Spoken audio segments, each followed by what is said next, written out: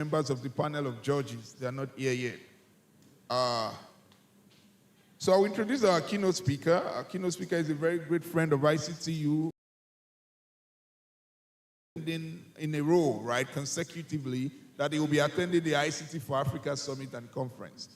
Our keynote speaker for today is no other person than our Dr. Valentine Che. I respectfully ask you to write a round of applause.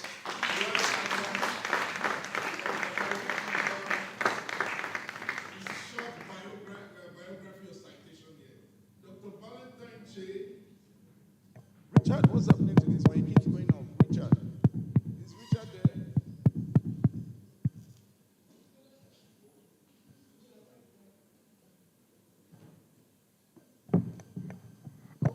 All right.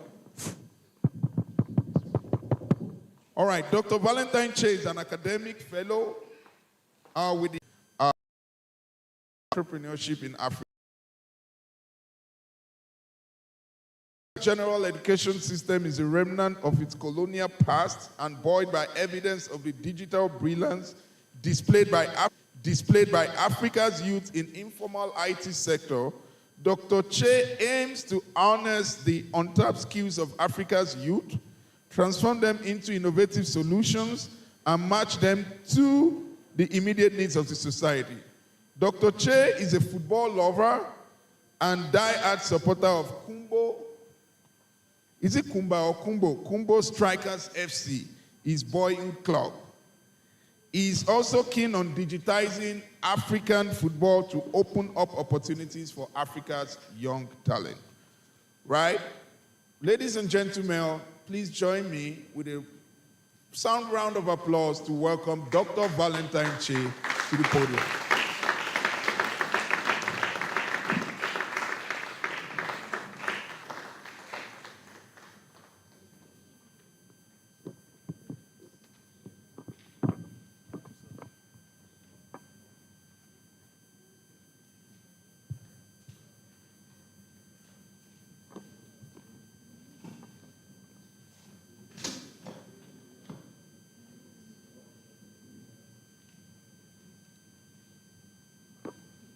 Do you prefer to own 100% stake of an idea that is worth maybe $100, or you would prefer a 50% stake in an enterprise that is worth $100 million? For most young entrepreneurs, and unbeknownst to them, this is actually the question that stands before you. And I speak today as someone who has been at the forefront of many incubator programs. At IBM back in the days, we had the Catalyst program, where young people with brilliant ideas had to pitch their ideas to venture capitalists to get funding in an attempt to see this idea come to reality. And most often, they seem not to realize. And if you were to take one thing today, let it be this. The skill set that is required to conceive an idea that can solve a problem is totally different from the skill set that is required to commercialize that idea. Let me repeat it. The skill set that is necessary to conceptualize an idea, prototype it, and use it to solve a problem is totally different from the skill set that is necessary to commercialize that idea. Young people, good morning. I am happy to be here today, and this is the audience that I like.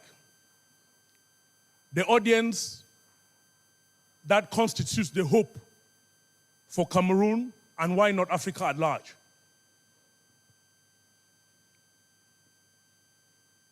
My note today would be on three main areas. I'm going to talk about entrepreneurship and link innovation to entrepreneurship. Secondly, I will talk about mindset And again, that is the killer instinct. This is where we need to do a lot of work. And lastly, I would end by your location, where you are, and remind you that it is not really a deterring factor. Aspiring for greener pastures overseas is not a solution, or is not the only solution. Let me start with entrepreneurship. What is entrepreneurship? In the simplest of definitions, entrepreneurship is the ability to take an innovation to market.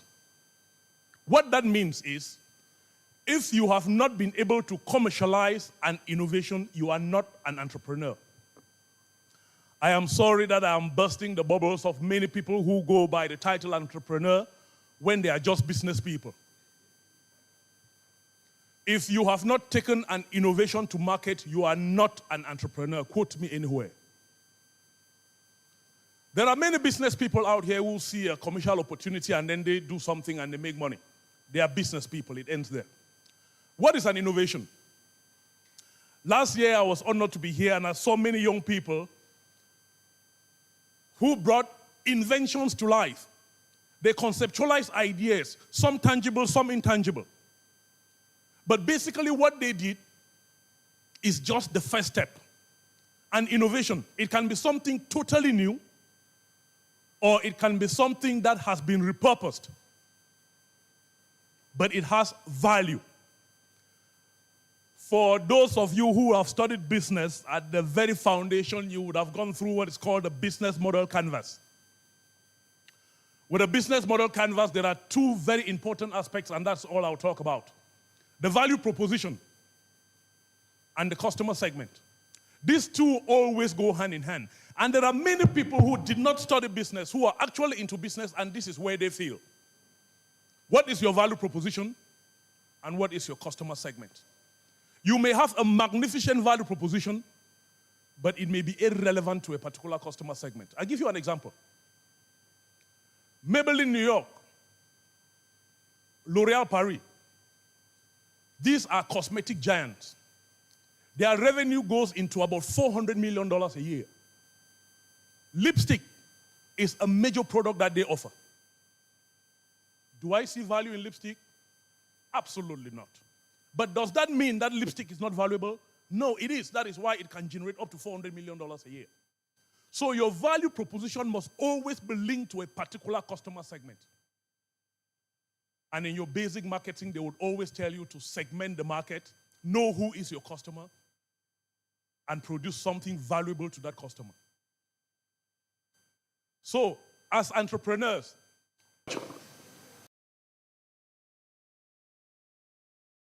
as a person, when you look at Elon Musk as a person, who is he?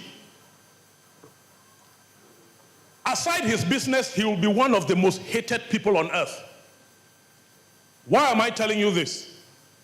To be a successful entrepreneur, you don't need people liking you. To be a successful entrepreneur, you need to be headstrong. You need to be stubborn. This may go against what some of you believe, that you need to be a good person and to be on good terms with people. Absolutely not. Elon Musk is a very stubborn person. Steve Jobs, of blessed memory, a very stubborn person. Bill Gates, a very stubborn person. All of these guys, they have this character trait. Why? Because with innovation and entrepreneurship, you have to walk a path, and that path you can only walk alone. You have to walk a path, and that path you can only walk alone. So when you have an idea of something that you want to do, persistence, perseverance, they become your watchword. Everybody has ideas. And again, this is why I am happy that I'm talking now when you guys are still going into competition, when you still have that aspiration that you're going to win,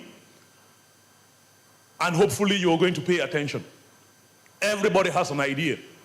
The difference between those who finally end up being the prima donnas and those who get, forgotten, is that some people hold on to their idea like a bad habit, difficult to let go.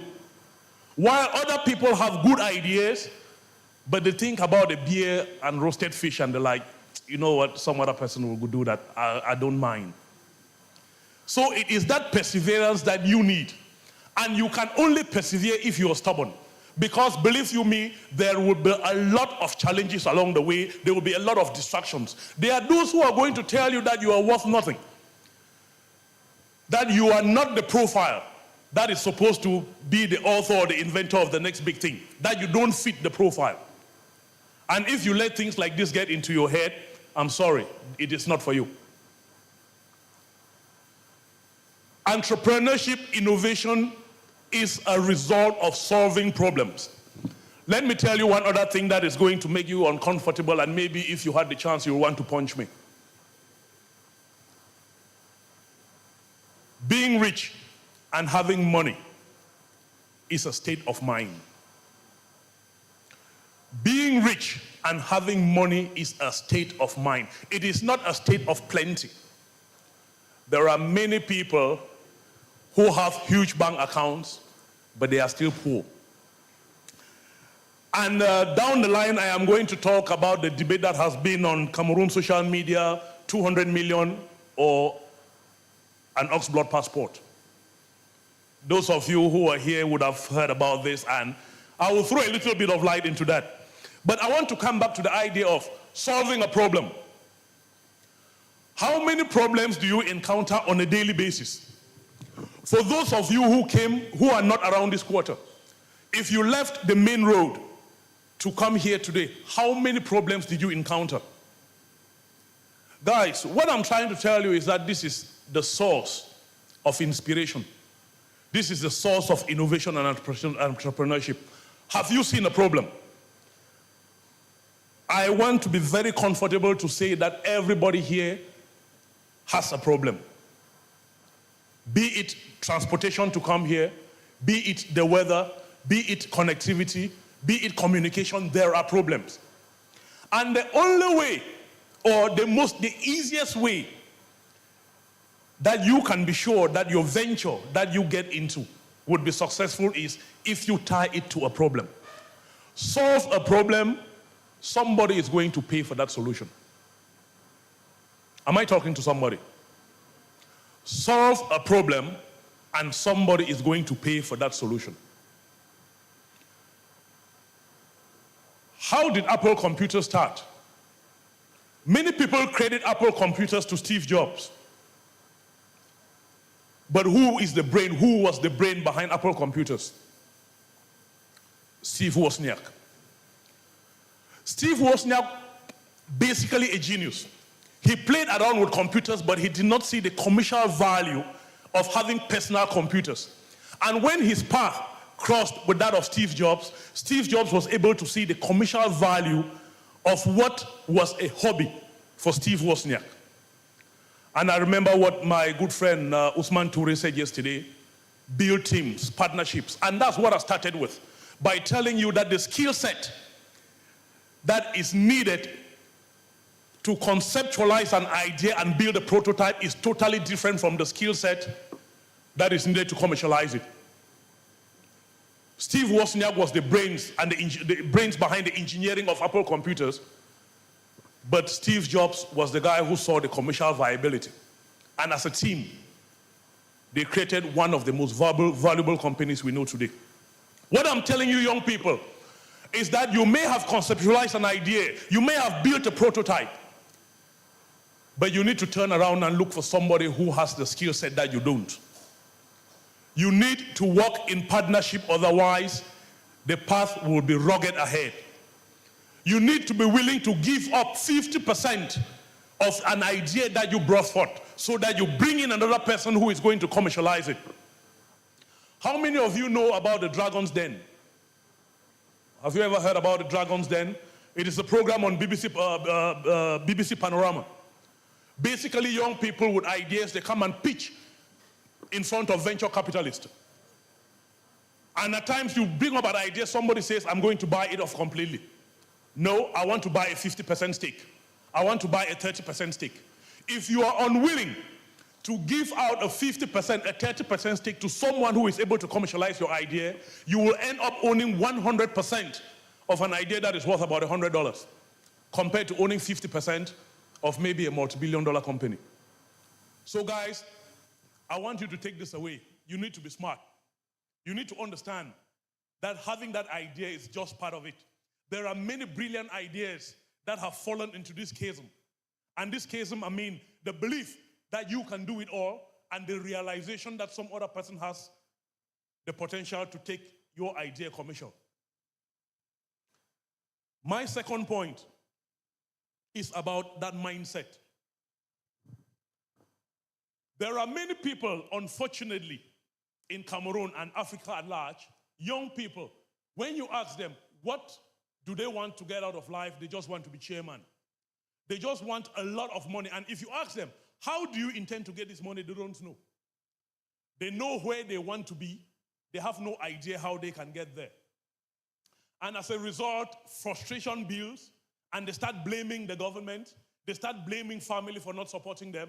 And then they turn and start doing things that they should not be doing. But when you understand, and for you young entrepreneurs, I want to give you this. It is called effectual reasoning. Effectual reasoning. What is effectual reasoning? I would contrast it with managerial reasoning. Let me take the example of a lady. You are going to a salon to have a hairdo. You have an idea of what that hairdo should look like. At times, you even have a picture. When you get there, you show the hairdresser that this is what I want. Meaning that your outcome is already known, and you now start working towards that outcome. That is managerial reasoning. The opposite of that would be effectual reasoning, which means your outcome is not yet known, but you work with everything that is at your disposal. What you have as intellect, the network and the people that you have, the capital that you have, you keep working with this to see what it can come out with. The outcome is not yet known, but you take advantage of all the resources at your disposal. And this is the mindset that entrepreneurs have. You need to work with what is at your disposal.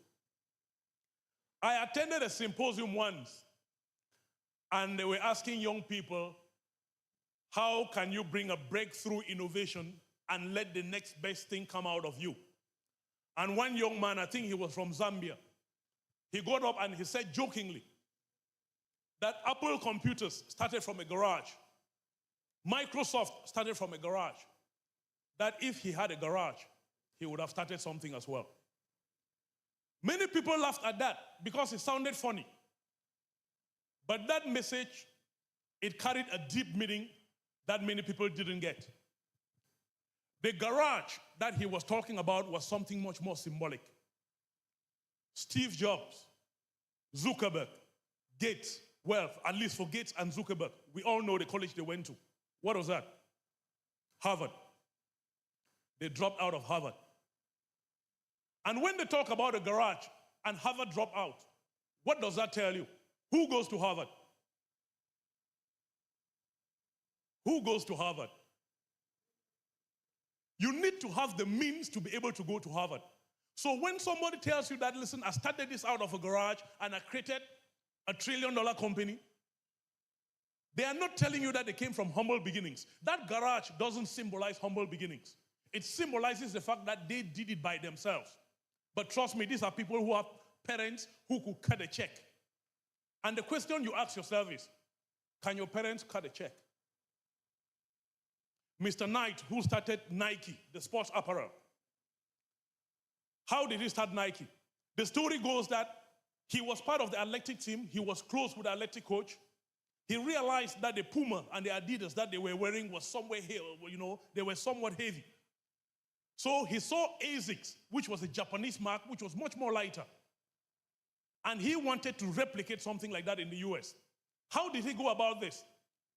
He used his father's credit card to order 300 pairs of ASICS from Japan. When this story is told, people always try to downplay this part. But guys, you and I would know. How many of you have a father who has a credit card that you can use to order 300 pairs of She was from Japan.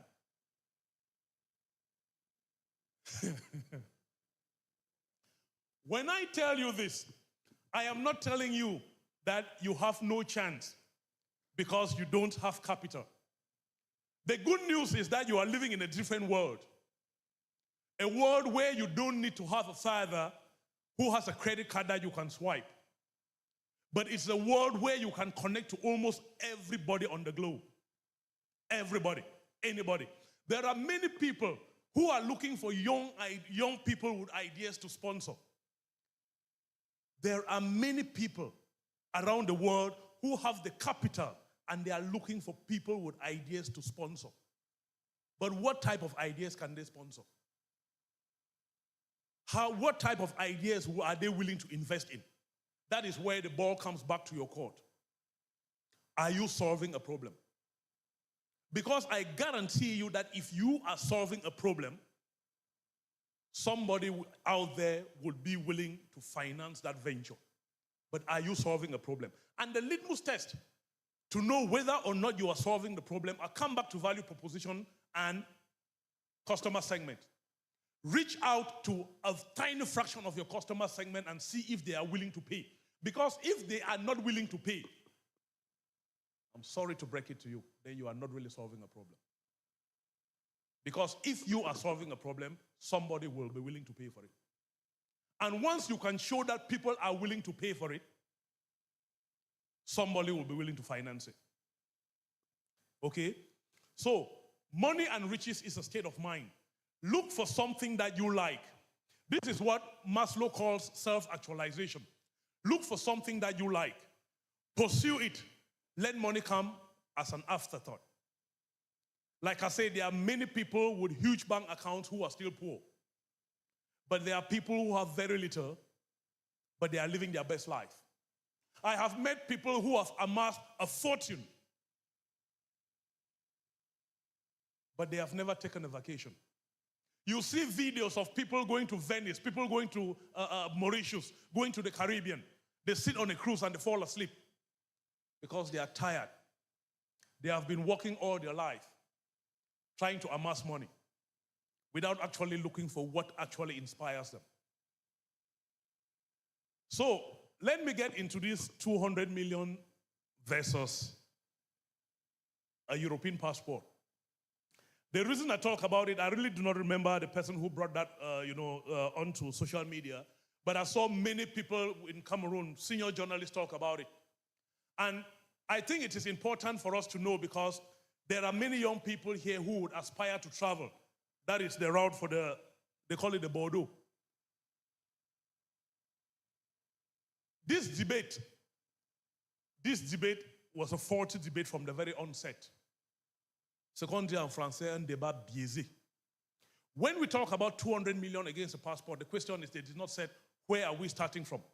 Is it someone who has nothing in Cameroon with 200 million francs in their bank account compared to somebody who has nothing in Germany with a German passport? Or are we talking about people who are already settled that has their own house in Cameroon compared to somebody who has their own house in Germany? You realize that this debate, like I say, un débat biaisé. Because the truth is security. And this was the essence of this debate. You can be in Cameroon, have 200 million, invest it in building a property on land that is still shaking, meaning that the deed is not certain. And then the next day you hear in the news, la commune de la mairie de Douala a déguerpi, and you lost everything. You can be in Cameroon and you have 200 million, and you say, listen, I need to update my brand. And you go buy a car for 80 million, it catches fire. Except something has changed. I don't know any insurance company in Cameroon that is going to give you that money back. So it is this security. But comparing it to those who are abroad, you can be in Germany and you have nothing. That doesn't mean that you will sleep on the streets. It doesn't mean that you will not clothe yourself. It doesn't mean that you will go hungry. Because there is a social security system. So it is all about security. But for you guys, and this is the last point here, location is not a deterrent. You are in Cameroon, and I will not fault anybody wanting to travel. because there are advantages of traveling. Honestly, I am not part of the elite that crosses the bridge or crosses the river and wants to destroy the bridge. I'm not going to tell you don't travel, that there is nothing out there. There is something. But the question is, do you know it? And what are you going for? Under no circumstance am I going to ask you to risk your life to cross the desert. I am going to tell you that if you want to travel, go via the right route. Travel. But travel with a plan. There are many people who have left the shores of Africa, gotten into what they believe is an El Dorado, only to reach there and ask themselves, but why am I here? What you should understand is that if you're traveling abroad to go and get rich, let me stop you there. It's not going to happen. Why? Because you are traveling into a community that is already developed. You can only get rich. And when I talk about riches, maybe I should define. Riches is that point where money works for you. You don't work for money anymore. Okay? So you can only get rich when you can develop a product which is a solution to a problem that people face. And all the billionaires that we know who are in the Western world, they have done this already. What I'm telling you is that Africa is the land of opportunity because there are still problems in Africa. If you want to travel because you want to go and open up your mind, that is a good plan. You want to go and study, that is a good plan because, let me tell you one other thing. And this is a benefit of traveling that is not tangible. Your mind opens. Back in 2012, I came to Cameroon in December, dusty as it is, and I caught a cold. I was coughing profusely. So I went into a pharmacy to get cough medication. When I got in, normally when I'm in Cameroon, I dress like somebody in Cameroon. So I wore this, they call it Boubou de Mambré, and my flip-flops, walking on the street like the normal Joe. When I got in, there were people, so I waited for my turn. And then I went on, when it was my turn, I met the attendant. And I told him, listen, I need medication for my cough. And he asked me, when are you going back? I looked behind. Who are you talking to? He's like, when are you going back? So I was taken aback and I asked him, how did you know that I came? And he said, let me quote him in French. Tu t'es aligné. He told me that I stood on a queue. That was a signal that I am not a local. You see the disorder that we have in Cameroon? You see the disorder when you go to places like Ronko in Ndokoti, everybody wanting nobody? Take somebody from there, put them in the Netherlands, put them in Germany, 1 year maximum. If they come back here, you will see the transformation. You will not come into a shop when there are other people and then you send your hand above. Amadou, donne-moi. No. These are the benefits of traveling. It opens up your mind. And when we talk about development, development is not only infrastructural development. There is a country in Asia, let me not call the name because, again, this may go somewhere. If you look at the infrastructure, it is no different than Paris 75e. But it is still not a developed country. Why? Because of the mindset of the people. You still have people who turn around, and then they just pee on the roadside or they, spit everywhere because the mindset is not developed, even though the infrastructure is there. And what I'm telling you guys is that we need that shift of mindset. If you already know why you want to travel and you know that you want to go there the right route, it is going to help you because it's going to open up your mind. It is important for Africa. And like I say, I will be one of those who is going to encourage people to travel the right way, travel with a plan in mind. But always make sure that you come back. I come to Cameroon about 5 times a year. And many people ask me, why do you come this often? It is simply because it is only when I'm in Cameroon that I feel alive. I think I should close this talk by telling you a little bit of who I am.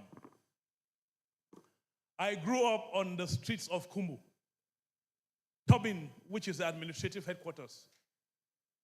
Dusty in the dry season, muddy in the rainy season. People like a story from grass to grace, but I don't even know what that means. I did not have too much growing up, but that does not mean that I lacked everything that I needed. But one of the things that I would want you to draw inspiration from is that I understood something very young. That it is not the path traveled by many that leads to success. If you are willing to always take an evaluation, willing to take a step back. I am the first batch of the GCE board as on Wara 1994. That makes me look old, right? Like you guys, for the high school students or the secondary students here, when I was growing up, there was this wrong way of thinking that intelligent students studied the sciences and less intelligent students studied the arts. So I wanted to be an intelligent student as well, so I decided to study the sciences. When I went to university back in 1996, University of Chang, I studied life sciences. After 2.5 years, 2.5 semesters, I went to Douala and I saw the young, my elder people who were 2 steps ahead of me. They were driving small cars. They had 10,000 notes, money that was, I always saw it when I had to pay my school fees. And I asked myself, what are these guys doing? They say they work in these commercial banks. That was around the time when commercial banking was decentralized in Cameroon and we had the influx of many commercial banks. That act made me take 2 steps back and said, I am going back to the University of Buea to start from square one and read banking and finance. I didn't mind that I went back to year 1 with students who were in Form 1 when I was in Form 4. But I went and I started. 3 years later, I graduated. 4 months, I got a job with a commercial bank. And 8 months later, I was like, this is not really for me. And I traveled. I traveled out looking for something because I got into a banking sector and realized that I don't have the skills. And coming from the University of Buea, the skills that I got were not commensurate. So I went out with the intention to study. When I arrived in the US, I realized that this was not going to work because I didn't have parents who could pay for the schools that I wanted to attend. I did my research and I realized that I could go back to the Netherlands. 8 months in the US, I took my way back to the Netherlands. There are many people who thought I was crazy, but I was like, I'm not leaving an air-conditioned office in Accra to go and wash dishes at McDonald's. That's not me. I came out with a plan. I went back to the Netherlands. 9 months later in the Netherlands, I studied at Erasmus University. The current cabinet of the Netherlands, the Prime Minister and 3 of his cabinet members were in my school back in the day. I studied at Erasmus University. And this was against the advice of many of my seniors who told me, forget about school. Come and look for a job, get a contract. This is what you need. And I told people, listen, there is somebody who is in the Netherlands, in Germany. He left the plantation at a corner where he was earning 45,000 a month. I left an air-conditioned office in Accra. Our ambitions are not the same. When I started working in the Netherlands, the same people who discouraged me from going to school said I must be doing something which is not right. But I held my ground and I continued. And when I was working, I worked for a company called Software Technologies, which was later bought over by IBM. And trust me, if you look at me and you listen to me speak, you will know that I'm not a very likable person. People usually do not like me. And that is because I don't really want to be liked. I worked in a company and I was paid well. I was a 6-figure earner, right? There are many people who earn that today. But these people did not pay me because they liked me. No, they hated my guts. But they knew what I brought to the table. What is your value proposition? What do you bring? Are you in the place you are because people like you or because you merit it? I merited and I knew what I brought to the table. I was a salesman. As a salesman, we deal with numbers. 2012, my birthday, I sold cloud compute $362,000 per month. If you can bring in $362,000 per month, how much are you worth? After 8 years, I quit my job. And there's one Cameroonian guy who looked at me and said, you must be crazy. You earn this lot and then you quit your job? And I'm like, money is not the end. I was living the lifestyle where I was in Berlin this week. I am in Frankfurt the following week. I am in Barcelona because I'm a salesman. I have to go attend trade shows, conferences. But at a certain point, I put down my bag and I told my manager, Stephen, I'm done. He told me, go and take a rest. Take a sabbatical. It's company policy. Go for 1 year. You will be paid. Go for 1 year. And after 1 year, come back. I told Stephen, listen, if you want it, I will go. But I'm not coming back. He said, go. And if you don't come back, I'll understand. So between 2018 and 2019, I wasn't working. I was being paid in full, but I wasn't working. That is when I decided I need to go back and do my doctorate. And I went over to the UK. When I did my doctorate, let me help the LinkedIn coach and tell you guys why you need to get on LinkedIn as well. When I finished my doctorate, it was someone who contacted me via LinkedIn and said, listen, we see you are doing a lot in emerging technologies. We have an opportunity with the NHS. That's the National Health Service in England. And they brought me up as a consultant. I worked with the NHS as a consultant for RPA, robotic process automation, for about 7 months, and the contract got ended. And then I got another invite to come lecture at the University of Northampton. What I'm telling you is that there's this kid who was playing in the dusty streets of Kumbu, or the muddy streets when it rained, who believed and knew that he could take steps back in order to go for what he wanted, who is now being invited to consult for the NHS, who is invited to lecture at university. It is not because I am any special. I am you, seated there. Difference is that I persevere, I am persistent, I am stubborn. That is the difference. And I'm here to help you guys in any way I can, that the idea that you are sitting on, the imagination that you have, could be the next big thing. Don't look down on yourselves. I teach innovation and enterprise management. I also teach new venture creation. I've had students who brought up ideas as part of their assessments, and I encourage them to look for somebody who can code so that it becomes reality. And if I come to Cameroon and I meet young people who have developed ideas, some of you already have MVPs, minimum viable product, that you were able to showcase here last year. It is my place to tell you that you can do it as well. Show yourself. Show the value proposition. Link it to a customer segment.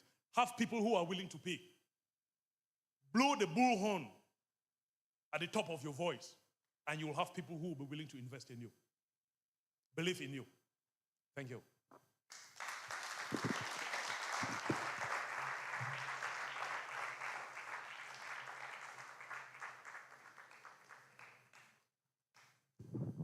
I think we can do better than that.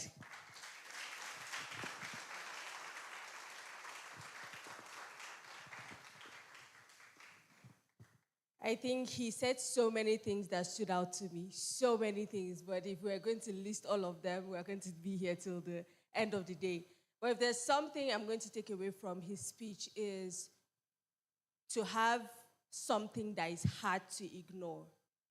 Have something that is unique to yourself, that no matter where you are, if you're going to think of somebody, you should be the first one on the list. And first place, $1 million francs CFA. Let's put our hands together, please. The second place, we have 500,000 CFA. And finally, 250,000 CFA. Now, like I said in the beginning, come here and show us what you are made of. And like Dr. Valentine Che said, don't just have 100% of an idea just for yourself that is worth $100. You might just have an idea and own 50% of it and can be the next multi-billion project. So without much further ado, I'm going to invite the event chairperson, which is Professor Folusho Ayeni, as he opens this segment, and have a great time. Thank you, my MCs. Folks, are you ready? Are we ready for the competition? Wow. We can't wait. It's always an emotional moment, especially for those who will not make it from the semi-final to the final tomorrow, right? And please, everyone is a winner. I will talk about that. But first of all, here, I want another round of applause for our keynote speaker today. That was a powerful presentation. You know, Dr. Valentine Che is a very dear person, to me, especially when he joined us in 2024, right? When he attended this conference in 2024. Out of nowhere, Dr. Valentine Che just shows up. As a friend of ICT, I will call it, art with a service. He just has this passion for young people in Cameroon. And in 2025, he reached out to me again that he will be there, right? Bearing all his own costs, logistics, everything, he just shows up. Yesterday night, I was asking him, where exactly do you stay? He said, do you stay?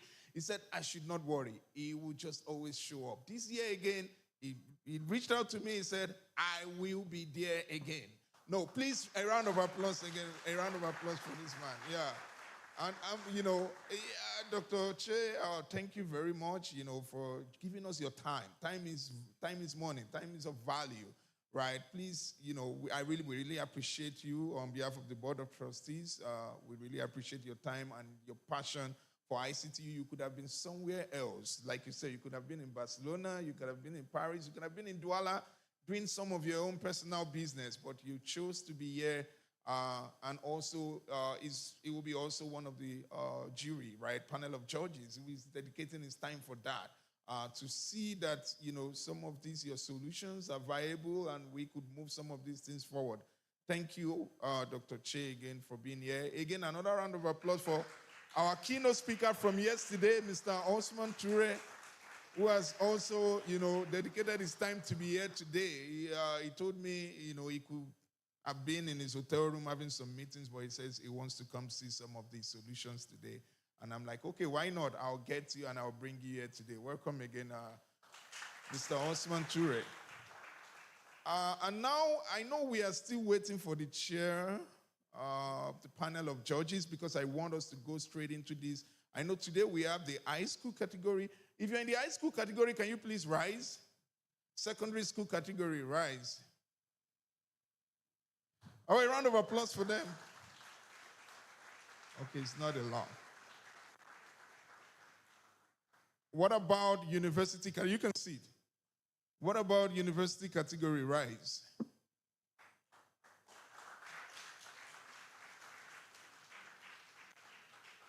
Okay, you may please be seated. Mercy, can you join me here? I want you to give a rundown of how many teams we have for the, secondary school category. And please, a round of applause for this wonderful lady. You may be seeing me up front here, but she's been the one doing some of the background running. Like I said, I'm not based here. She's been the one coordinating the whole, conference, the TIC, communicating with all of you. I see those messages in the groups, I see the back and forth communication, but she's been the one, moving and piloting that communication. So another round of applause for the Madam Mercy here. Yeah. All right, can you give us a rundown of, how many secondary school teams we have, how many university teams we have? Okay, we have about 5 to 10 teams who submitted, and we're just going to consider those who are present so that the program runs smoothly. And for the university students, we had over 50 teams who submitted their presentations. But I don't know why the number has decreased between yesterday and today. But right now, I have a list of those who registered on site. So we could consider this list, but if the number yesterday changed between yesterday and today, we may have to consider just those of you who are present. So I would like a list to go around immediately. The protocol, please. Let's have a list of those who are present in the hall. You know what, can we do something here quickly? Can secondary school move to this side and university move to this side? So it's even easier that way. Can we have one of the columns for secondary schools, the other column for universities? Now, if you're not competing, you can sit behind, way behind. But yeah, can we do that now? Can we do that now, briefly? So it's easier to get those teams there because they are scattered all around. Yeah. Or you want someone to say it in French because I think you're not understanding me here. Les étudiants d'un côté, les étudiants à ma droite et les élèves à ma gauche. Moune. Yeah, university here. No, wait. Okay, which one are you saying, Lolita? Okay, you want university on my left here, right? On my right here, then secondary school on my left here. Yeah.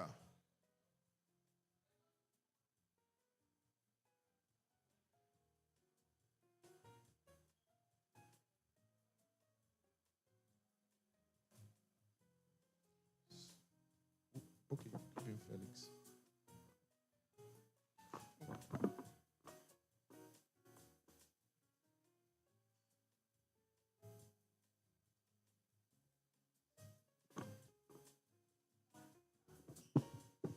All right. Thank you, Mercy. Yeah, thank you.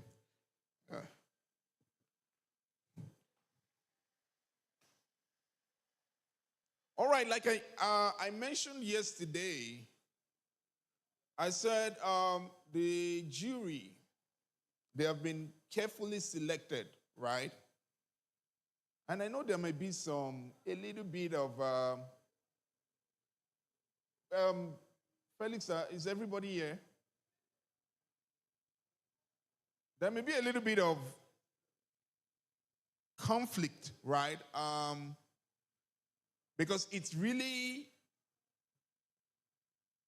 we cannot really avoid the situation whereby someone knows, it's a member of the jury knows those competing.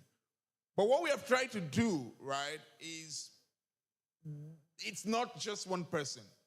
So we have about, let me see, 1, 2, 3, 4, 5. 5, right? We have the chair of the jury and 4 other members of the jury, right? And I will call the jury out now as we start. I'll call them out now. If I call you, you just come and face them so they see you. I will start with the chair of the jury, Mr. Felix Fomengia. Mr. Felix Fomengia, a round of applause, a round of applause. Can you just come out here?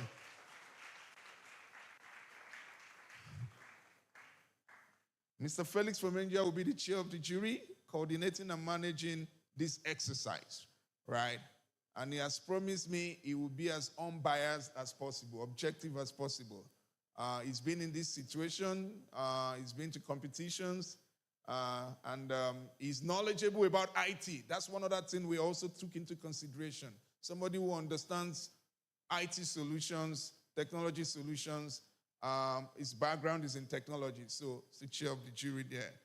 And I'll call other members. Of course, our amiable Dr. Valentine Che is also a member of the jury who understands sales from the sales business perspective. And so don't be surprised when he starts asking you about taking your products to market. What are your plans from product to market? So he's our expert there, also independent. He will be as objective as possible. Right. I'll call Dr. Peter Ebele. Dr. Peter Ebele also is a member of the jury. We'll be looking at it. Oh.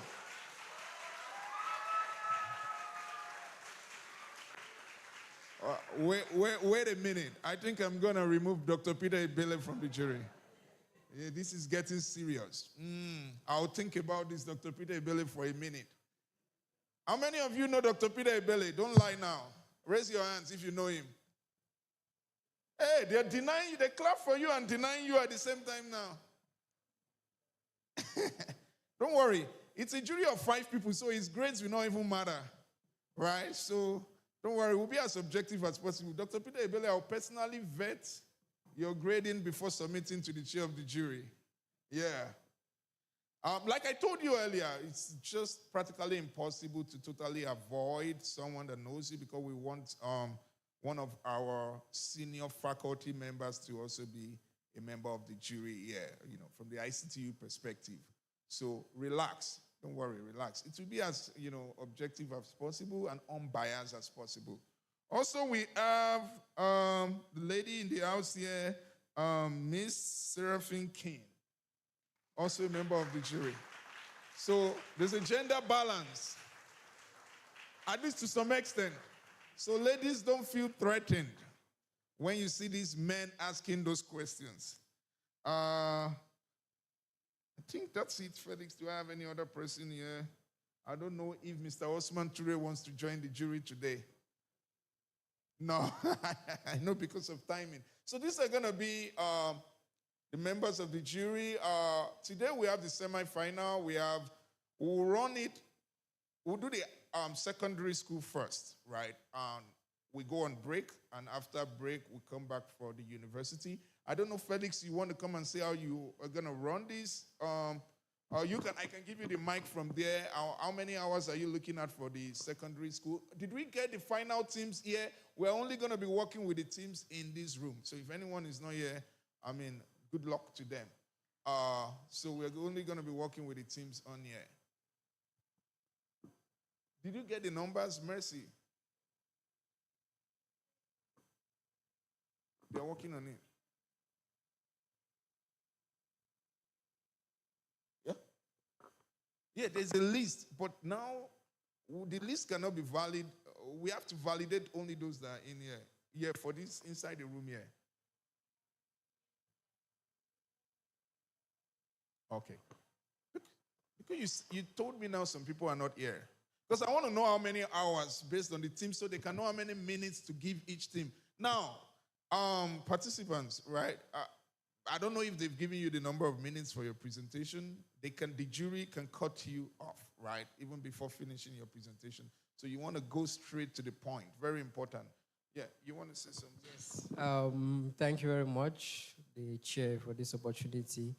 So we'll be checking problem relevance and sector fit, innovation and how original your solution is, technical execution, and maybe a live demo of your innovation. We'll also check for the impact potential and the scalability, implementation plans and the readiness, and lastly, how you just present your innovation. Yes, so it shouldn't be a difficult competition. It's just you presenting your idea, presenting your innovation, just trying to convince the jury as much as possible. And of course, we have a diverse panel, meaning that based on your innovation, based on what you are presenting, your average results will definitely qualify you as the winner, which will be deserving. Thank you.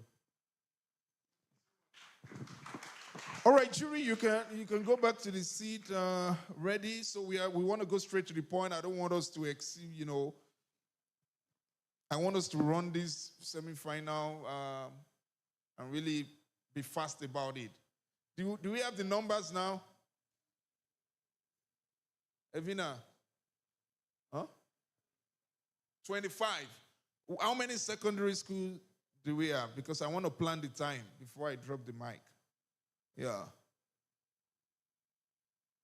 We dropped from 50 to 25. Okay, people are not interested in money. That's fine.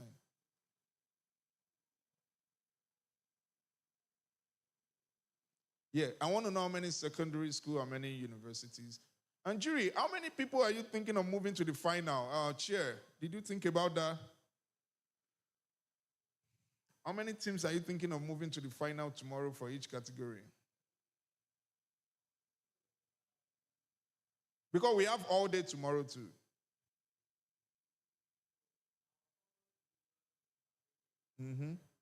We'll decide, but we have to announce who moves to the final today, at the end of the day today. So, because for the final, we have to give more time to present. For this one, it's just I was blind, now I see. So, Richard, how many secondary school can you evaluate it?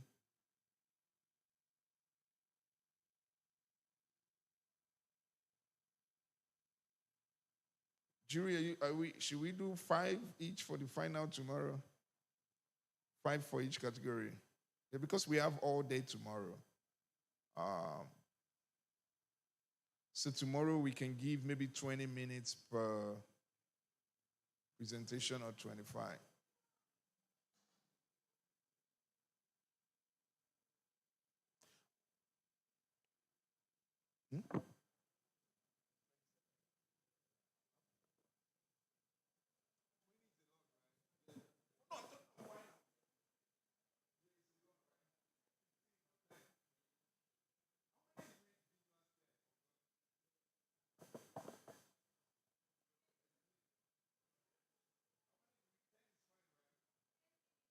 So today is how many minutes? That's what we are trying to run though. How many minutes for today?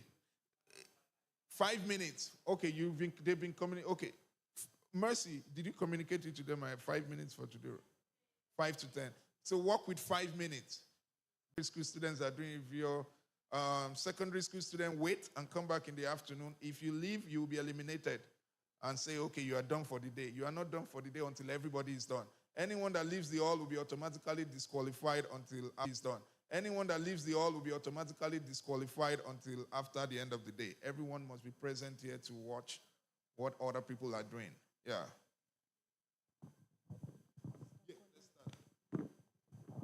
So are we ready? Are we ready? If you're ready to begin, clap your hands. If you're ready to begin, clap your hands. Okay, I think we are ready. So let's give our jury a round of applause one more time as we begin.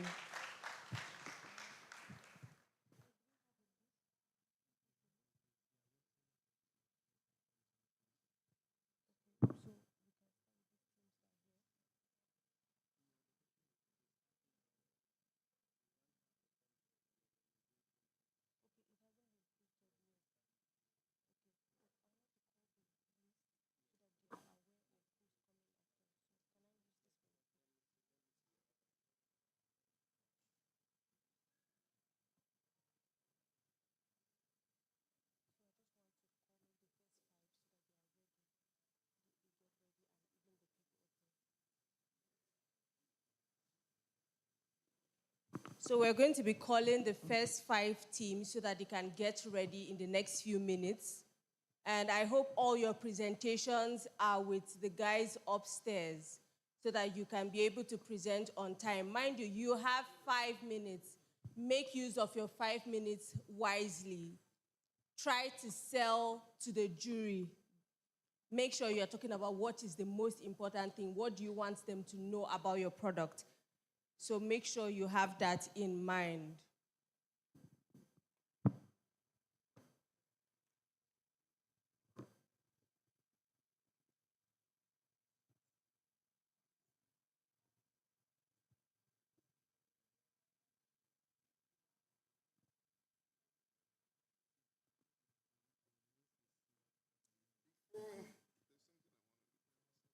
As you're talking. All right, I just want to recognize regions where our teams have come from. And once I call your region, or even if you're just here, you're not competing, let's recognize the regions because we know we share this around the 10 regions, right? So if you are from Adamawa, Messi, are these teams in regions, right? Adamawa a region? Okay, if you're from Adamawa region, can you rise? Let's see, anyone from the Adamawa region here? Oh, rise. A round of applause. A round of applause. Yeah. If you're from far north region. Huh?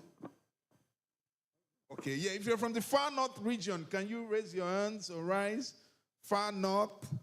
Okay. They will join us next year. If you're from the littoral region. One. Okay. A round of applause for them. A round of applause for them. If we're from North region, North. Okay, they're on their way. They're on their way. They're trying to catch the train. If you're from the West region, a round of applause. A round of applause. If we're from the South region, from the South, okay. If you're from the East region, East, okay. If you're from the Northwest region, all right. Stand up, let's bring it. Yeah. A round of applause for them. All right. Wow, a couple of people. If you're from the center region, right, okay. All right, a round of applause for them. If you're from the southwest region, okay, rise, let's, all right, southwest region. All right, great. Welcome, everyone. We want to appreciate everyone for coming from far, especially those from the far north. Far north is, very far. I'm being told. How many hours by road? No idea. They don't even have an idea. 2 days. Someone is saying 2 days. Did you exaggerate? No, wow. Who's from the far north region here? Who came from the far north? Oh, there was nobody. Okay, because it's 2 days, right? Okay. All right, are you ready? Hi. Felix.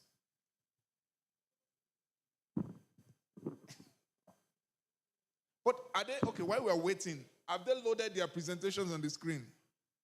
Yeah, at least. Who's presenting first? At least that person should be loading their presentation. Who? Jemima. Yeah, call them, let them be loading it while we are waiting on that. Then you call the next two so they know. So can we put our hands together for the very first team for the inter-high school tech innovation challenge? Ladies and gentlemen, I present to you Robo STEM Kids. Please keep clapping as they make their way to the stage. Keep clapping. It's not easy to be here.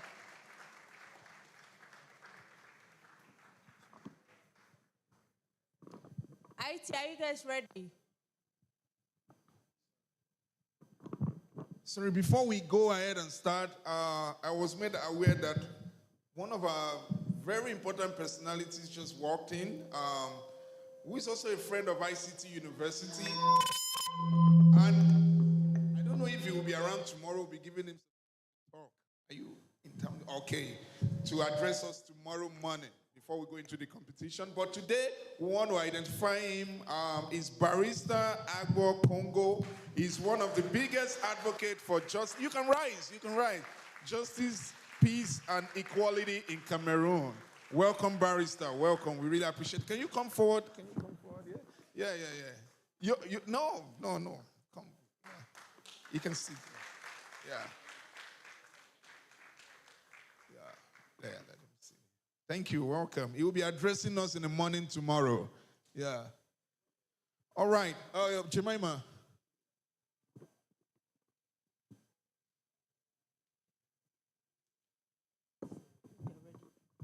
Ict, are you with us?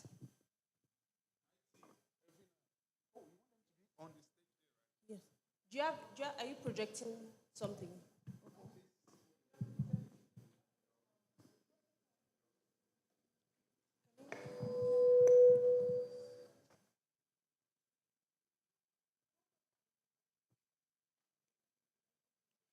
Robo STEM Kits. Is their presentation ready?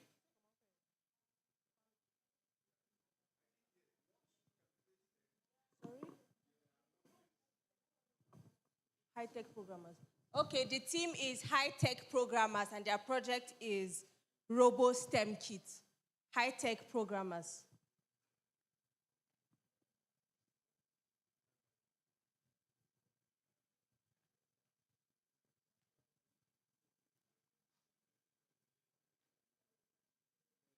Okay, so in the next 5 seconds, you're going to start your presentation. Timekeeper, we're good, right? Remember, you have 5 minutes. 5 minutes. Let's give them a round of applause once more. So your time starts now. Greetings to all, we are the high-tech programmers. Imagine a 6-year-old child capable of building smart systems and smart greenhouses. Yet, statistics from part of Exile state that presently in our country, Cameroon, there are over 25 to 30% of students pursuing STEM, leaving behind 65 to 70% of students not pursuing STEM.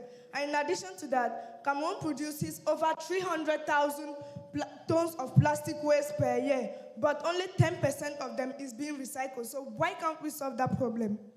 This is our solution.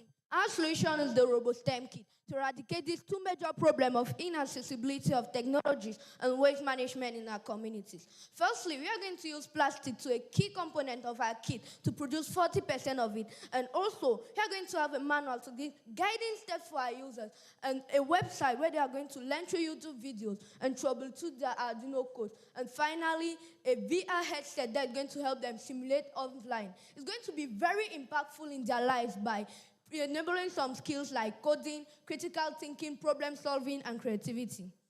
What made RoboSTEM Kit unique is that it comes with a manual which helps to guide our users. Robotic enthusiasts can combine different projects to foster their creativity. 40% of the kit, of the components in the kit are made up of plastic waste management and wooden stick, which help to reduce land pollution. You also come with a website where you can showcase your talent and a VR headset where you can simulate offline. Our target audience are young tech enthusiasts, especially girls from class 4 to Form 2, and schools that dive deep into robotics. Our key partners are Plastic Byte, who are going to help us in creating the plastic components of our kit, and Cameroon Express, who are going to help us in the distribution of our kit.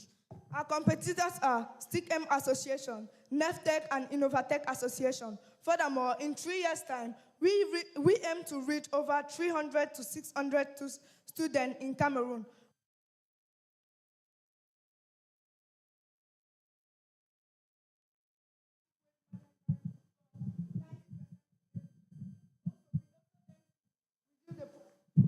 We also aim to reduce the problem of inaccessibility of technology from 78% to 55%. To create our kit, we are going to need an amount of 36,000 francs, and we are going to sell it for an amount of 45,000 francs in it, making a benefit of 10,000 francs. Our revenue streams are sales of the kit. We are going to sell the kit to both little robotic startup and robotic enthusiasts. Also, we are going to rent our kit to services. Okay, now we are going to the introduction to the website. Firstly, our website has an AI assistant who will help you troubleshoot your code. And also, you have access to online YouTube videos where you can go and learn more if you have not understood better in the manual. And also our manual where you are going to be able to find all the modules about the kit to learn and showcase more your talent. Thank you, high-tech programmers, always high and ready to program.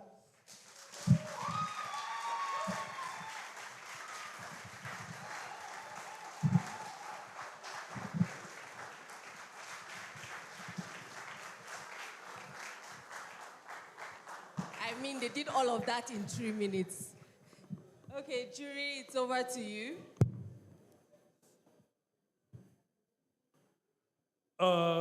Congratulations, by the way, being those who started on this. Thanks, sir. I am going to ask you a question, and this will be a question that will go for every other team. But given that you are the first, you will have some consideration in that aspect, okay?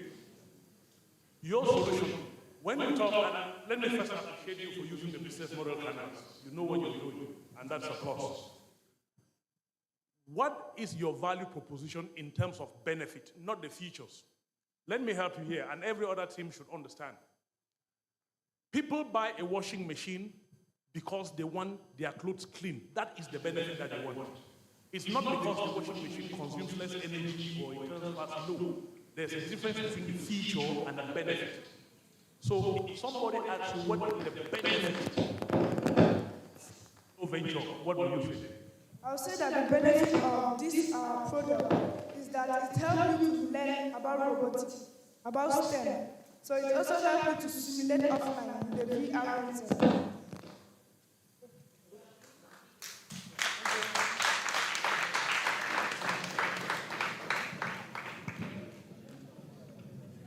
Uh, Let me start by saying congratulations. I think you have good ideas on your project.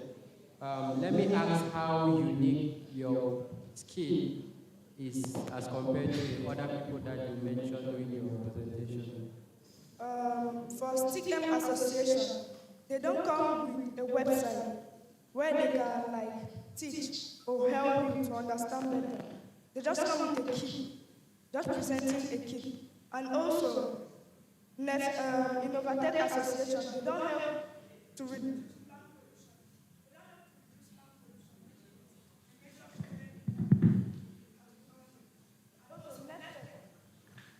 And NEFTEC Association, they don't come with a VR headset which simulate offline. We are the first ever to come with a VR headset that simulate offline.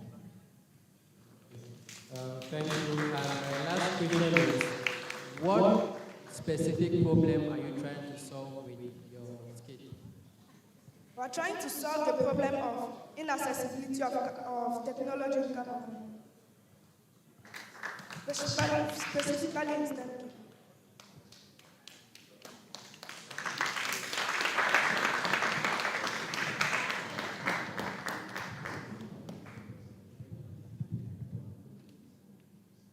Okay, as they make their way down the stage, let's put our hands together. It's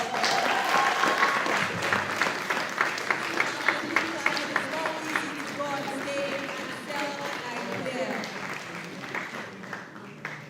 So I'm quickly going to call the next 4 teams so that we can be prepared.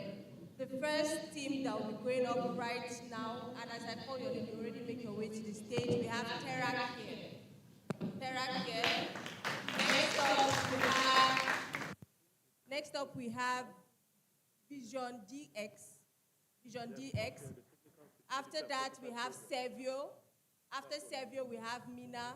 After Mina, we have Force. So let's put our hands together for TerraCare.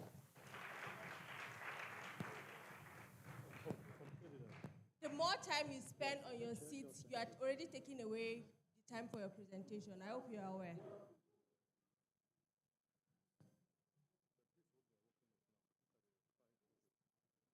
Okay, Eduness. Let's put our hands together for Eduness.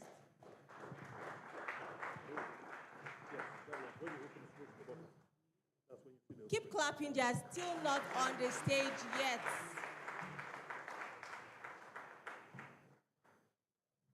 So are you ready?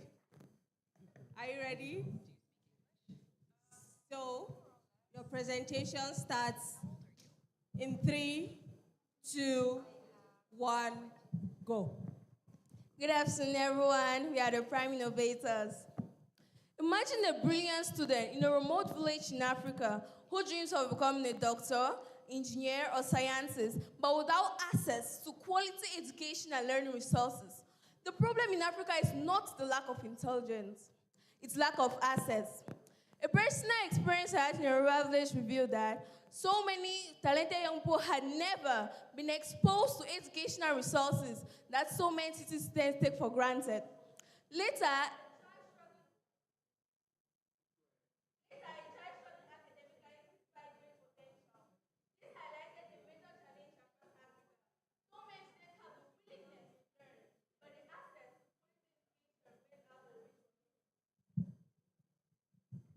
this is why we created Eduness. Eduness is a smart digital AI learning ecosystem connecting teachers, students, parents, schools, and institutions through AI-powered learning, digital classrooms, progress tracking, and accessible content. Eduness makes quality education available anywhere.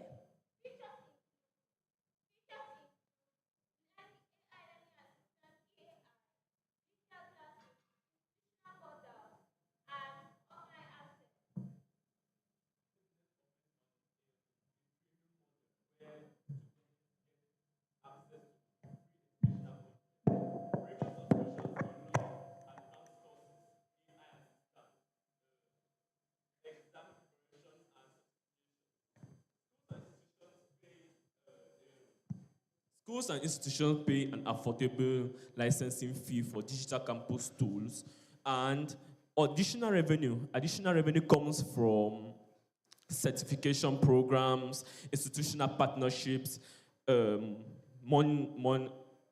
institutional partnerships, and government educational contracts. From the SASM analytics of Africa's population, we noticed that Africa has the youngest population in the world. And with that potential, we saw that Africa's young population are innovative. They just lack access to the education because they are far away. And we created Edunest for this. And with this, the marketing strategy we started by which we start Edunest in Central Africa, which is precisely first Cameroon, and we expand to the Central Africa. Next, if it grows bigger, we send it to the West Africa and entire Africa for whole. Edunest, if you support Edunest for us, supporting Edunest with us, you invest in students, teachers, engage parents, and help institutions expand their educational reach. Support Edunest today and build a lasting legacy in Africa. Thank you.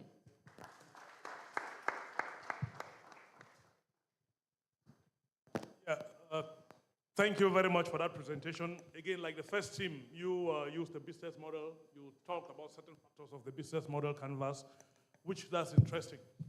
In your case, you actually talk about the benefit of Edunest, which is good. But then let's look at the constraints. You're talking about having an AI assistant, basically a platform where students who do not have access to educational facilities can learn online. But in the context of Cameroon, which is your primary market per you, given the infrastructural deficiencies that we have, a platform, you need access to electricity or just say power to power it. You need a smart device and you need internet access to be able to tap into an AI background. How do you tackle that? Okay, to attack this particular problem, Edunest is programmed in a way to work offline. According to latest technologies, we have noticed we can use some modern technology tools to make access offline. And we're going to use the tactic that MTN uses, installing these large signal generator poles. We install them, we share connection to the area. So wheresoever we invade, wheresoever we get the app into, wheresoever we get the community into, people can get access to it offline without necessarily needing connection. And with that too, in areas where we can't access as private individuals, we shall do government collaborations, as I said earlier in the business model, with Camtel and the Cameroon government, which is the Cameroon government to provide education to all citizens as rights. So with collaborations like that, the Cameroon government can support Edunest to expand its internet connectivity to areas where there is no internet connection, which will expand the development of Cameroon in the same process. Thank you. Okay, I will start by congratulating you all. You did a great job. I want to know, how do you intend to market your product out there? Okay. Marketing of Edunest goes by the freemium model and the premium model, as we said. Since we're in Cameroon, areas where we don't have credit cards, but the MTN and Momo integration, which makes payment affordable, we have the freemium model where you study on top, you get your courses and everything goes normally. But now on the premium model, which we get a payment of 1,000 francs from students each time, each month on a monthly, so we get it on a monthly routine, 1,000 francs if they subscribe. But for the first 3 months of using it, you don't get any payment. The first 3 months of Edunest is free, premium and freemium. But after the first 3 months of using it, we start integrating the 1,500 collection, the 1,000 francs collection, and also capital comes in also from institutions. Like, we are the middleman, we don't give courses. We are the middlemen, we connect the students to institutions. So those institutions pay a licensing fee. Like, to get registered to the platform, to get shown, they need to pay a certain amount, which gets them into the platform for students to see around. And also, the other government contracts which we shall carry on, the other government educational contracts and collaborations to carry on are other sources of finance to the EduNest. Thank you. Yes, first, congratulations on your project and idea. Let me ask if your product is launched or at what stage is your prototype? Our prototype is almost completed. We have not launched the product. It's a prototype that's almost completed. We have integrated most of the features EduNest needs to run, location-based, examination monitoring, and all those stuff to make it ready, product ready. So it is on a 95% prototype MVP, 95% launch. So after we're done with the website we're building for it, we get straight into the application building and laying down of the infrastructure. Okay, my last question, how different is your solution from other edtech solutions and products out there? Okay. Our problem, or let me say, our solution is different from other enterprises that work in education, in that we work offline and we give the students the entire study curriculum. That means they study under schools in the app, but without leaving their houses. They study in their houses through schools that are being registered on the app. One more question. If you say your platform works offline, how are you able to present the content within your solution? Okay, like I explained to our professor here, EduNest, it will integrate the same method MTN uses to share connection around. We integrate network sharing pillars in the area we live in, which will share content so you can keep the person automatically updated to anything the school is registered to upload. Since we don't teach, we are the middlemen to the schools and the people. So that is what we do to be able to keep them updated and keep their projects synchronized as they work through the EduNest platform. Okay, I want to ask one more question. So what does it make you stand out of other applications that are similar to yours? Okay, actually, I don't think there's a similar application to us because we don't teach. We are middlemen. We connect a student here to a school in Douala. We don't teach you. So the school registers to the platform, they teach there as normal, and the student follow up. A student in a remote village, a student in a war crisis, because during the war area, I followed, during 2016, 2017, I followed news, and we saw many areas in Northwest, Southwest, which have one government school and it's being destroyed.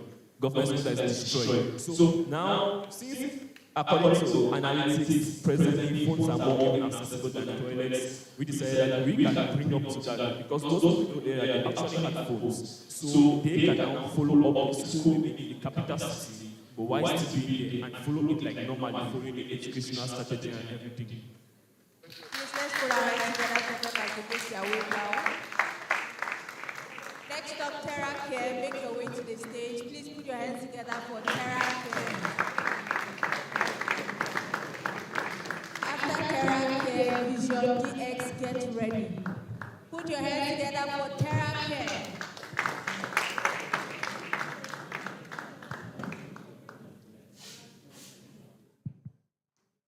Hello, everyone. Imagine a farmer in Balmayo who... Before you begin, make sure you know you have 5 minutes. The jury is going to ask you 2 questions, and you have 1 minute each to answer each question. A minute. Keep to time, or you're going to be cut short. So your time starts now. Okay. Imagine a farmer in Balmayo who wakes up every morning with the same silent question. Are my crops getting enough water, or is my soil fertile enough for me to plant on it? Every day, he relies entirely on guesswork and predictions to be able to know if he can plant or sustain his harvest for his family's needs, etc. Now, you have Cameroon's economy, which is a backbone for Cameroon's economy, which provides 70% of the agricultural needs we have. So, with now the Terra Care project, we propose a solution to this. Since our application works as a low connectivity project, as a IoT system, we can provide a fast and affordable and reliable project to every person in a rural area with a very low connectivity, such that he can be able to have access to an on-hand field laboratory without having to go and find some kind of outside lab to test his project, etc. So now, with this project, while doing this project, we discovered that people often have a question whether e-agriculture is actually implementable with agriculture in our low income places, etc. So now, we know that our low income areas, cannot easily connect to other people, etc. So that's why we provided TerraCare. I'll now leave just the floor to my next person to say the rest. Okay. TerraCare is a low-cost IoT system made up of an automated irrigation system. The automated irrigation system is such that when the humidity sensor is placed in the soil, it detects the moisture level of the soil. And if the moisture level is below an estimated value for various kind of crops, our system irrigates it automatically. Our system is also made up of a homemade fertility sensor, which is made up of an aluminum and a copper probe. We noticed that when an aluminum and copper probe is placed in the soil, it detects a particular amount of voltage depending on the fertility of the soil. The more fertile a soil is, the more voltage passes across the soil. So with that knowledge, we calibrated our system such that it measures the voltage of the soil and is capable of determining whether the soil is fertile or not. With this, small-scale farmers have access to free laboratory testing and are capable to plant their crops without any issue. I'll now pass the floor to my colleague so that he tells us more about the website we built. Now, what the website does is that it takes the values outputted by the sensors and it sends it to our AI. Our AI then analyzes those values and then calculates the optimal amount of water and the optimal amount of fertilizers so as to disperse it on the farmland. Now, this helps us to manage water in some areas that don't really have water and help farmers save their money because they will not spend much money on fertilizers and stuff. And now, our project is not just about a story of that farmer in Balmayo or Beto. It's about expanding it to across all of Africa, especially in Cameroon. It was the TerraCare team. Thank you for your kind attention.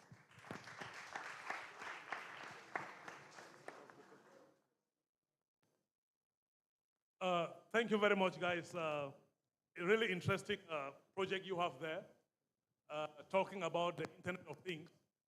I would ask you a question about the technical feasibility. You're talking about rural farmers. You're talking about people who really do not have the means. But when you talk about implanting sensors that are able to test the humidity of the soil and then trigger a sprinkler system, or the copper wire, which like you talk about, that tests the fertility of the soil, how would farmers be able to afford this? One, if you want to centralize it, and you're talking about rural areas, remember I asked the other team before, how feasible is that, given your cost structure? The production cost of this project is not very high because most of the things we use are homemade. Like we use aluminum and copper wires so as to measure the potential difference of the electricity inside the soil. And now that only already measures the fertility of the soil. And now our humidity sensor is like a low-cost humidity sensor. It can do the job. Yes, it can do the job. What you actually need to run our system.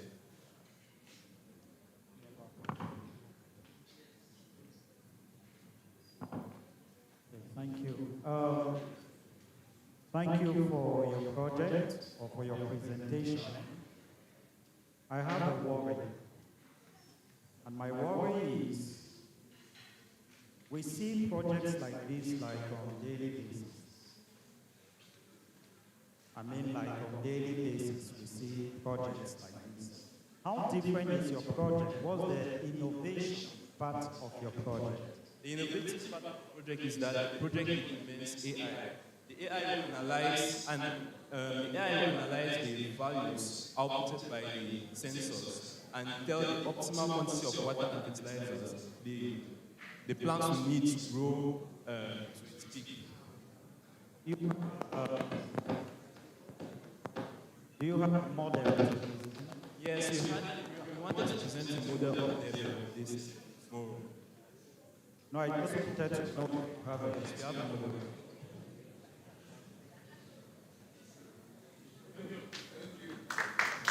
Let's put our hands together for them as we make our way down. Next up, we have Vision DX and Team 404. Get ready. After that, Mina. Let's put our hands together once again for Vision DX. Please, we want to say that if you have prototypes, you should bring, because it will also contribute to showing your, yes, within that 5 minutes, you can use 1 minute to show your product. It will also show how ready you are or your innovation or how wonderful your solution is.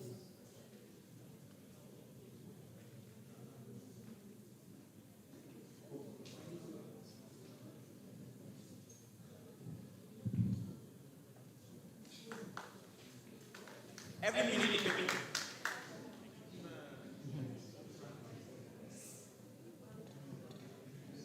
Don't run. So, like I said, you have 5 minutes to present. The jury is going to ask you 2 questions where you have 1 minute to answer the question. 1 minute, no more. And make sure if you have 3 different people presenting, you don't have to tell the team member is going to continue. Just keep it moving. So, photographer, okay. Your time starts now.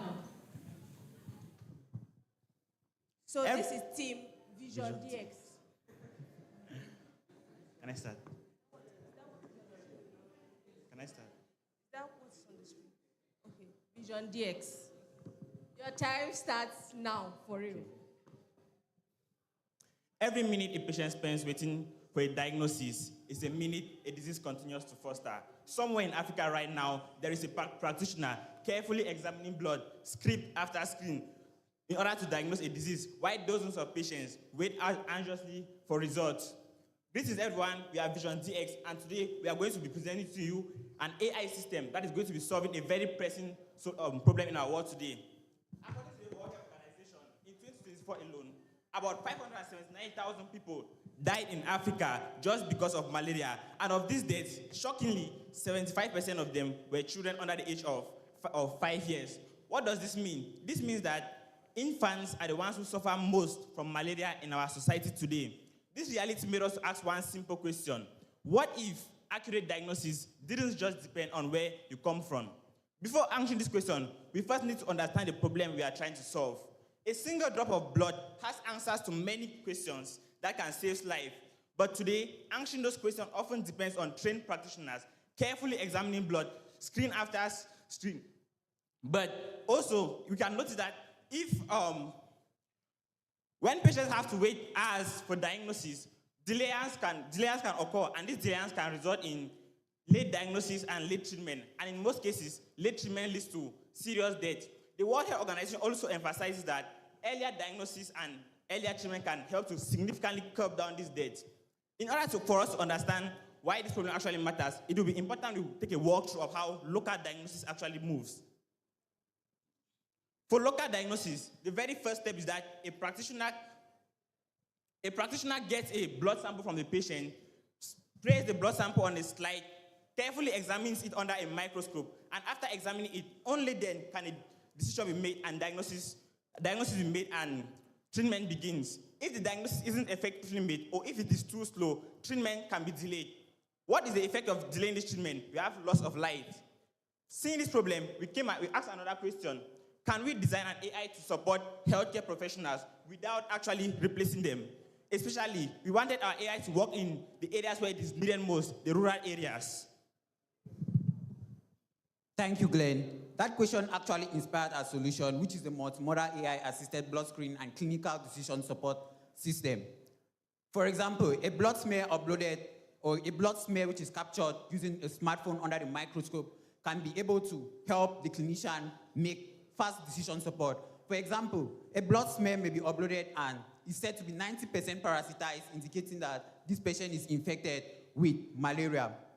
But our main mission is to combine artificial intelligence with accessible technology, which actually helps solve problems in areas which are being needed the most. But how does Vision DX actually work? Let me walk you through the complete process. First of all, a blood smear image is being captured under the microscope, because what we need here is just two things. That's a smartphone and a microscope. A blood smear image is captured using a smartphone under the microscope and uploaded to this application.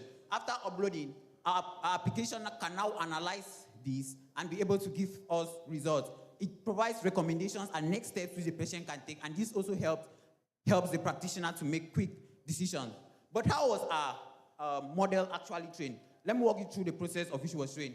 We used publicly available data sets which were available on Kaggle. After this, we did model pre-processing. We did data pre-processing. That is, blurry images were being removed, they were being resized and reshaped, everything done. After that, after we did the model pre-processing, we now had to train our model and build our model by importing files onto Kaggle. Since Kaggle provides a notebook which helps us to be able to run and write code. The next thing which was done is that it was then exported as a .terra file to our local machine. And this is what enables it to be able to work offline, since the model is going to be downloaded onto our local machine. And afterwards, it's then deployed onto our system. That's our application, which is the multimodal AI-assisted blood screening and clinical decision support system. So now we're going to move to the live demonstration. We're going to show you how our multimodal AI actually works. So as you can see, a blood smear image, which is being captured under the microscope, is being uploaded to our multimodal AI, and it can be able to help analyze the blood samples to be able to give a confidence score. It can be said to be 90% or even 50% and below. If it's 90%, it therefore implies that that blood sample is parasitized. And this is not only for malaria, but thank you very much. Your time is up. Thank you. Thank you.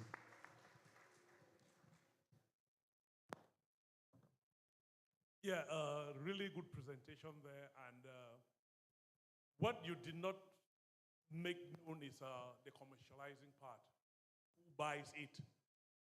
They take the underlying technology, you were very clear about that. You smear blood, they take an image, and then it checks it against a database of images to be able to link whether what is wrong with this, which is a basic principle, and that is really digital.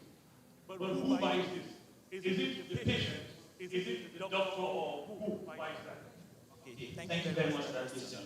Our system actually wasn't designed to do this for practitioner. That's why we clearly specified on our system that it is just to assist the practitioner in making a decision. Therefore, this system aims to be used by a practitioner in order to assist in the process of diagnosis and then speed up the process.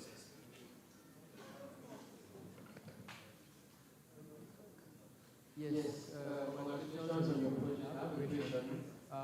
Which device you use as input for the blood for your platform is able to analyze it? Okay, it's very easy. Now we use a laptop or a mobile phone. That's a laptop with the image is already in the gallery. But in case you're using the mobile phone, you can just use the mobile phone, capture the image directly. You capture the image directly and upload it to the system which is being downloaded by your mobile phone. And how sure is your decision-making system that you are able to analyze and decide that this is malaria or different? What we actually do is that we pass an image under a locally available microscope, like the ones available at almost every clinic. Then the practitioner just snap the image and upload it to the system. And after that, it just does the analysis. After checking our system, we tested with publicly available data, which enables us to confirm that our system is about 99% accurate. Over 43,000 data sets was used to train the system. That's 80% was used to train 10% validation and 10% testing. Thank you very much. Thank you.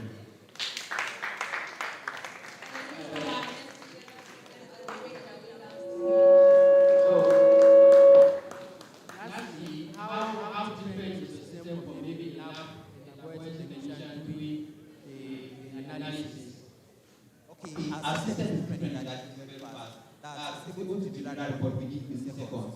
As compared to the lab technician, because if you go to our hospitals, you see that there are queues at hospitals, and some people, due to late diagnosis, it leads to late treatment and hence death.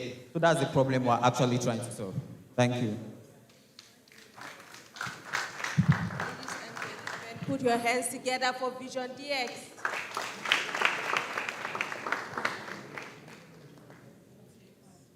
Next up, we have Team 404. Let's put our hands together as they make their way to the stage.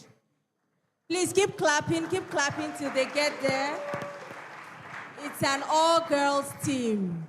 Somebody say woman commando. I said say woman commando.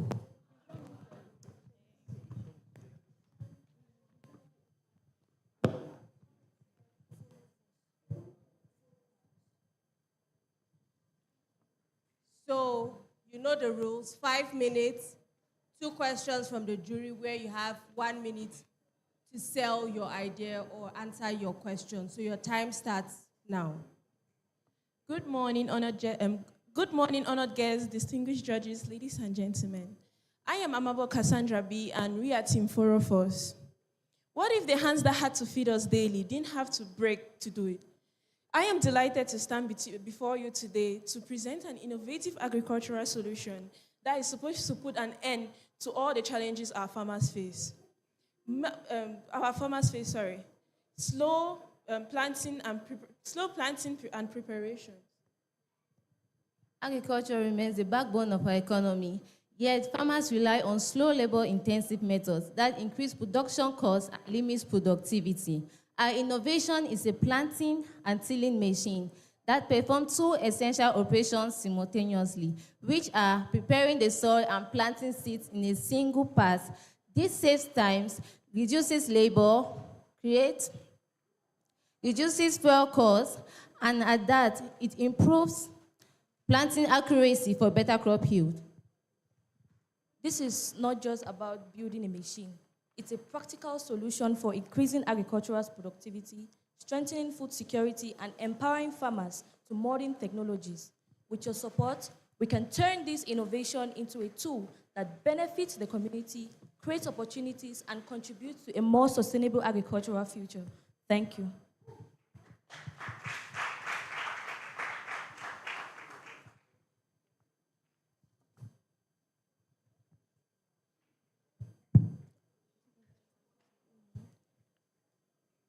So this is our prototype, and we have the tilling pad where it can work on different depths, to plant at different depths, and then we have the planting part that plants simultaneously as it tills. So.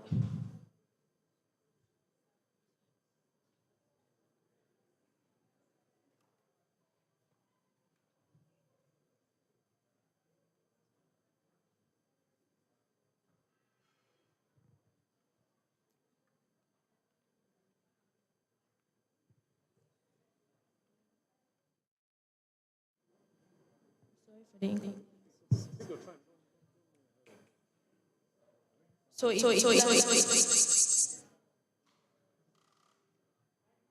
plants, these are the different depths that it plants, and then it tills, and then it plants here.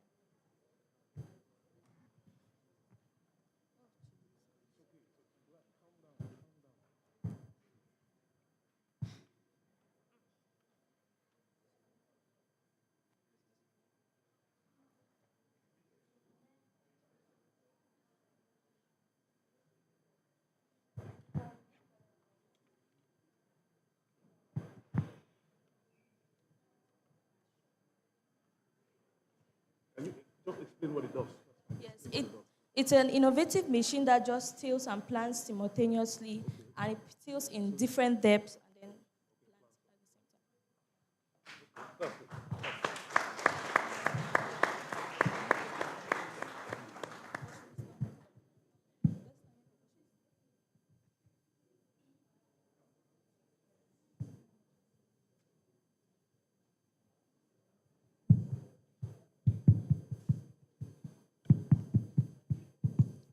Thank you very much for that demonstration. You know, they say a picture paints 1,000 words, but an actual practice paints billions of words. So everything that you've been saying, you kind of demonstrated it.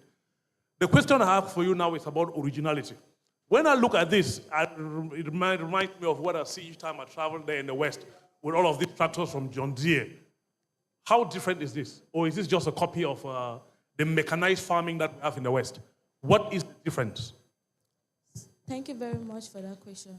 So the difference between these modern machines from abroad and the one here is that there's no particular machine that plants and tills simultaneously.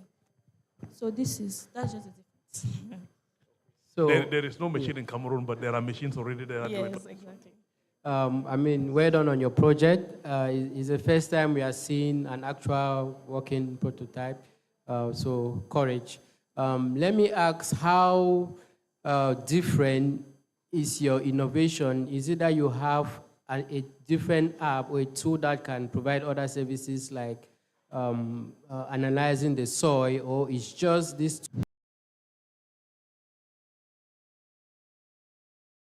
in what is your selling price? For our selling price, it can be about 500,000 for a startup. That's to make the actual machine come to life. No, how much you sell to a client? Yes.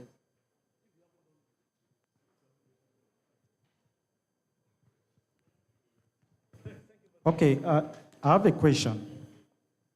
Is this a purely mechanical system, or there is IT embedded?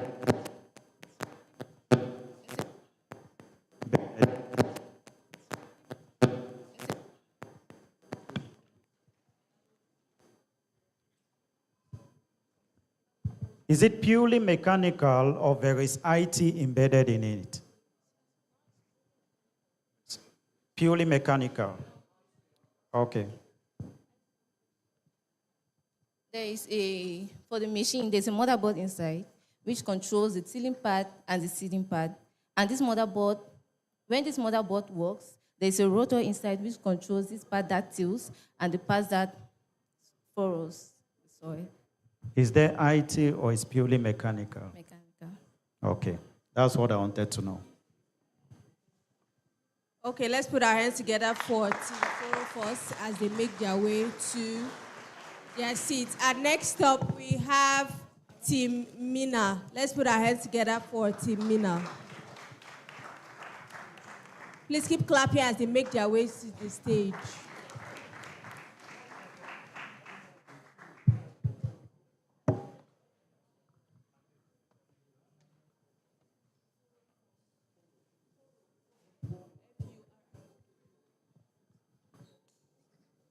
You know the rules. 5 minutes, questions, 1 minute per question. And yes.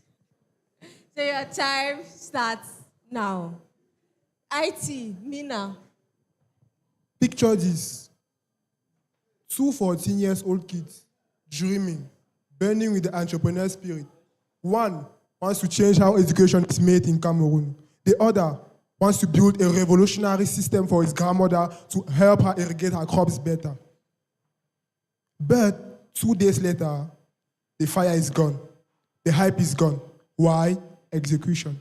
Today in Africa, ideas, creativity are no more the problem. The problem is always about execution. Learning how to code, learning how to write softwares has always been a big hurdle because here in Africa, we don't have the laptops. We don't have the fiber optics internet connection. We don't have the powerful SDKs. So tell me, the child up downstairs should not dream of using his platform and doing it? No, I don't think so, dear member of the juries. So we decided that has to change because we think innovation, creativity is what starts and execution is what concludes. That's why, dear member of the juries, we created Mina. Mina is a local AI development tool, both software and hardware. Let me explain. Mina is a mobile app, first of all, where each and everyone here can go and chat automatically and get a full stack mobile app, both front end and back end. Mina helps integrate mobile money in one click. You ask it to do it and it does it. For the hardware part, Mina helps you connect your Arduino kits and it writes the C codes for you. Why? Because we discovered that many people around us don't have mobile laptops, they don't have powerful internet connection. We built Mina from the roots to be mobile first. We built Mina from the roots to use only 25 megabytes per coding session. We built Mina from the root to be able to integrate mobile money at once, meaning a child now in Kumba can take Mina, build his dream app, add mobile money, and start making his dream come true. Because we don't believe that technology has to stop at the level of execution. We believe anyone has to innovate. Thank you.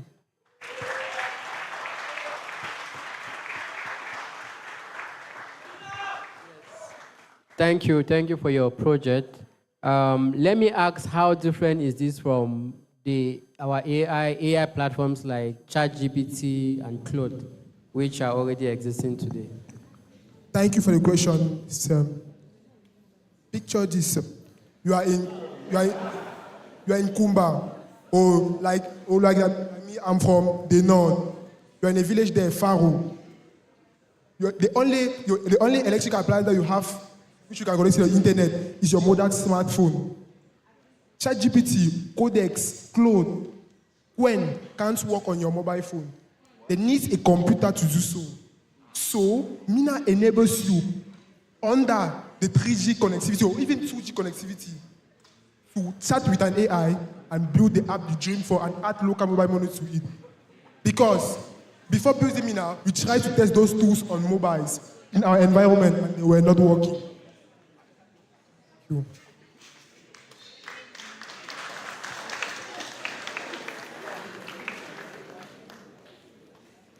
I like your confidence.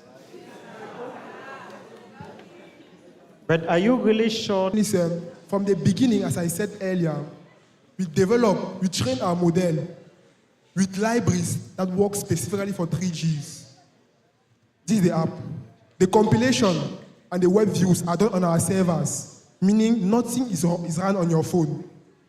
To make sure Mina can work on any kind of phone, either ITEL, anything, Mina will work.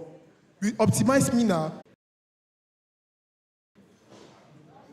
How do you make money from this? Thank you for the question. It's a great job you've done. But how do you make money from it? Thank you for the question, sir. I will not lie. We decided to start first with the hard. So we offer one project for free for any new user. But because of the AI usage, we charge 750 francs per 10 builder credit to keep you going. And one thing special is that Mina, in our era of cybersecurity, we saw that many other tools lack something. This is what we call code maintenance and sanitization. Mina does that directly for you. It inspects the code each day and it gives you a review and what you have to optimize alone.